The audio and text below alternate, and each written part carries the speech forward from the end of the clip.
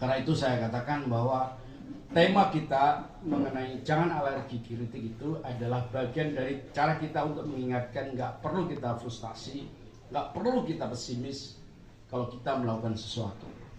Demokrasi yang memburuk dan oligarki dan politik dinasti kekuasaan memang berpotensi terjadi apa yang disebut dengan abuse of power.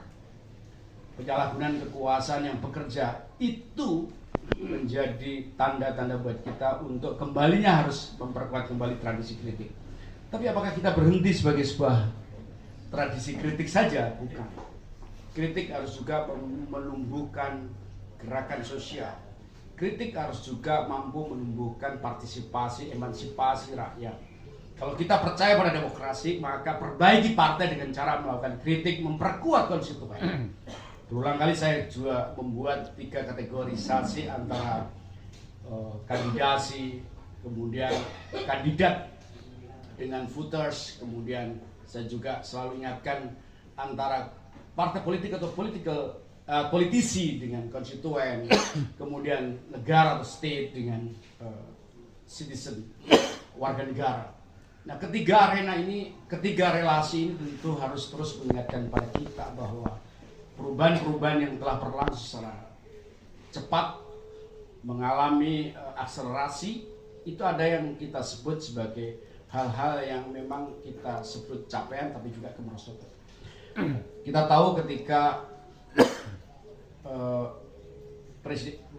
Venezuela, Maduro itu ditangkap oleh Trump, sebenarnya saya menunggu secara serius kritik dan gugatan yang dilakukan oleh para akademisi atau intelektual dari misalnya hubungan internasional, tapi kurang masif dan tidak bermunculan. Ini fenomena apa? Apakah ini adalah menjadi penanda buat kita semua bahwa hingar-bingar dunia ekonomi politik yang berlaku sekarang ini seringkali lepas dari jangkauan atau mengalami apa yang disebut dengan pendangkalan?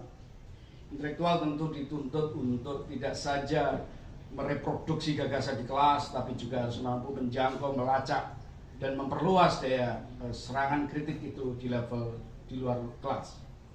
Universitas atau perguruan tinggi punya tanggung jawab soal itu. Kampus tentu tidak boleh bisa sekedar bersemayam di balik akreditasi atau di balik Scopus, tapi dia harus dituntut untuk bisa berperan lebih praksis di dalam menjebol kebekuan realitas ini. Demikian juga intelektual di LSM atau NGO, kemudian teman-teman di jurnalis. Ruang-ruang ini makin perlu untuk kita